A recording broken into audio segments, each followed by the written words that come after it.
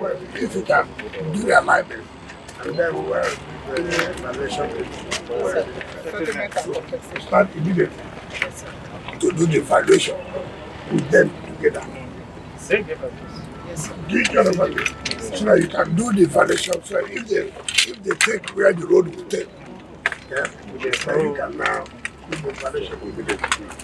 At this inspection of ongoing road construction projects in Lifecamp and Katampe districts, as well as the rehabilitation of the International Conference Center in Abuja, the Federal Capital Territories Minister Nyesom Wike expressed optimism about the progress of these projects and their expected timelines for completion. Quite happy with what we have seen, and all these things are geared that must be completed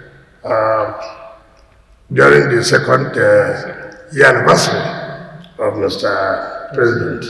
By the grace of God, some of the projects will be outlined, will be President will be able to, say yes, in these 2 years, a lot of things have happened in Abuja. So we're very happy. Concerning the Lifecamp project, Wike assured residents of the FCT that compensation for community members affected by the road constructions, particularly crops, would be addressed. The Lifecamp has to do majorly with the crops, and then there are some small houses that we need to compensate them to see whether, if it requires relocating them, we do. If it requires just compensation, we will do. It depends on what is available. But what's important is that we're working together with the various communities. That is what is important to us. Joy Igoche, ITV News.